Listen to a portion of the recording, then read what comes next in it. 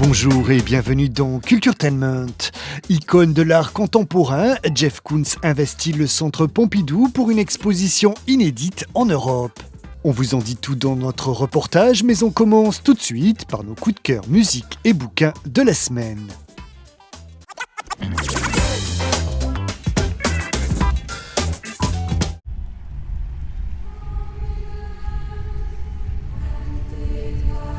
Après 3 années de concerts sensoriels aux 4 coins de la planète, Björk clôt sa tournée expérimentale par la sortie d'un coffret baptisé Biophilia Live.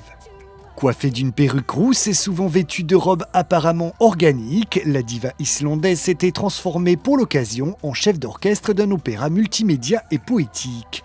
Entourée d'une chorale de jeunes islandaises et d'instruments insolites, comme une harpe fonctionnant à l'aide de 4 pendules en mouvement, la star confinée dans son univers sonore et visuel, l'infiniment petit et l'infiniment grand.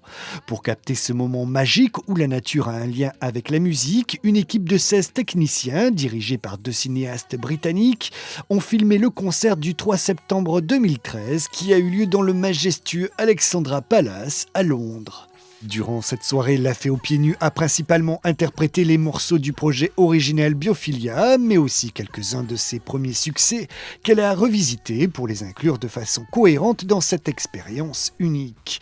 Le film, grâce à un montage astucieux qui va au-delà du simple concert filmé, parvient à rendre l'aventure étrangement réelle. We are on the brink of a revolution that will reunite humans with nature through new technological innovations. The morning comes with a grin, maybe I could begin. I might dig my heels right in. Andy Burroughs croit dans le pouvoir rédempteur de la chanson et on veut bien le croire. L'ex-batteur des Razorlight refait surface avec un album solo baptisé Fall Together Again, influencé par les Beatles et les comédies musicales d'antan. Originaire de Winchester, le musicien a grandi entouré de mélodies et heureusement, cela s'en ressent dans sa pop classique qui atteint les sommets vers la fin de l'album avec notamment le titre Hearts and Minds.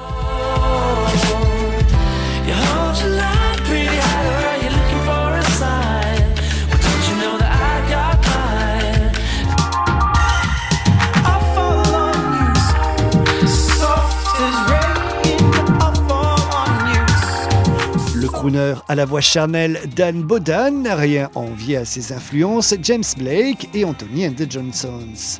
L'auteur, compositeur et interprète canadien basé à Berlin signe un des plus bels albums de l'année, son premier Soft. À la limite de l'expérimentation mais étonnamment mélodieux, ce premier coup de maître éthéré aux accents jazzy révèle un digne héritier d'Arthur Rimbaud.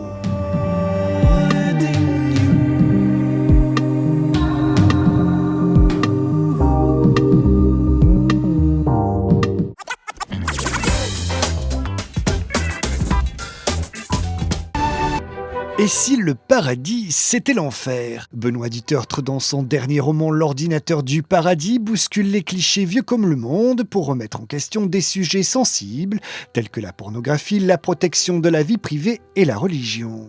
Arrivé au ciel, Simon Laroche, haut fonctionnaire dynamique, découvre un paradis inattendu et moderne qui n'est rien d'autre que le reflet de notre époque libérale. En parallèle, on le retrouve quelques années plus tôt sur Terre, au moment où un projet de pénalisation des images pornographiques vient d'être proposé et où un dysfonctionnement d'Internet renvoie automatiquement des mails effacés et souvent compromettants à des personnes mal intentionnées. Cet événement surprenant pourrait bien provoquer un séisme dans la vie de Laroche qui se passionne pour une certaine Natacha d'origine russe. Mais le désastre sera finalement provoqué par un commentaire off relayé sur Internet.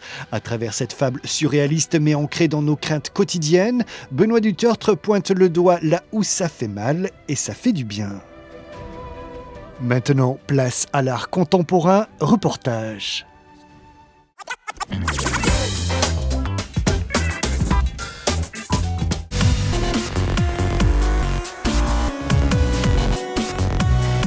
Amant et mari de la sulfureuse Cicciolina au début des années 90, Jeff Koons est connu dans le monde entier pour ses ballons gonflables en forme de stéréotype. Ses œuvres plus subtiles qu'il n'y paraît ont très vite pris une dimension plus noble. Le Centre Pompidou consacre à ce véritable personnage emblématique de l'art contemporain une rétrospective chronologique et inédite en Europe. Jeff Koons a bientôt 60 ans, il est américain, il est né en Pennsylvanie, il appartient à la moyenne bourgeoisie. Son enfance a été marquée par la relation qu'il entretenait avec son père, qui avait un magasin d'objets décoratifs. Il est clair que son œuvre entière en témoigne jusqu'à aujourd'hui. Il a fait des études à Chicago, il a une parfaite connaissance de l'histoire de l'art. Il est arrivé à New York au tournant des années 80. Pour financer ses pièces, il a fait, tout le monde le sait, quelques opérations boursières. Puis ensuite, il a connu le succès dès le début des années 80 avec une exposition dans une galerie du Lower East Side. Puis il a été reconnu par une très grande galerie new-yorkaise, la galerie Ileana Sonnabend.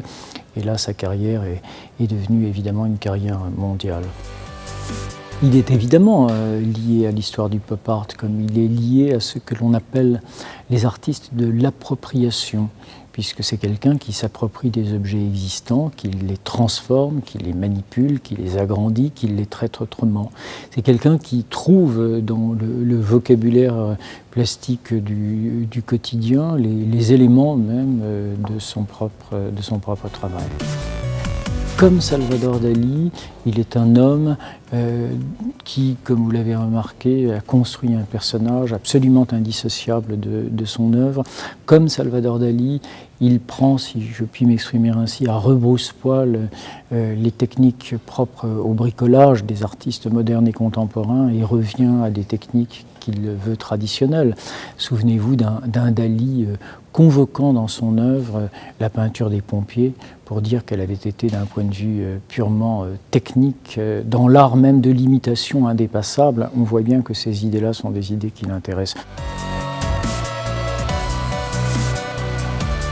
Il y a à l'origine des matériaux qui ne sont rien d'autre que du vinyle, des objets gonflables. Et au fil des années, ces objets gonflables vont devenir de véritables sculptures dont il va faire des moulages et ensuite des tirages. Puis plus vous avancez dans le temps jusqu'à aujourd'hui, et plus vous voyez une extrême sophistication des recherches. Koons va jusqu'à acheter des scanners pour essayer de comprendre quelle est la nature des matériaux originels à partir desquels il va travailler. Puis il va dans un atelier qui compte pas moins de 120 assistants faire des recherches sur les matériaux, les techniques, les couleurs. Il va jusqu'à décomposer les images pour en connaître les véritables nuanciers.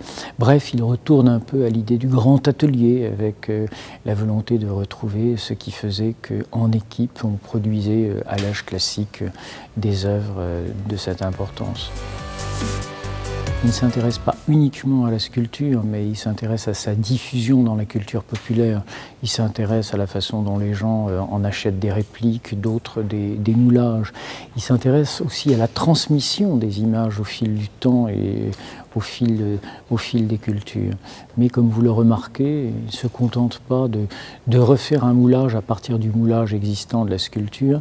Il lui pose, comme pour la Diane qui est derrière moi, et il lui pose une boule bleue qui n'est rien d'autre qu'un ornement de jardin de la middle class américaine.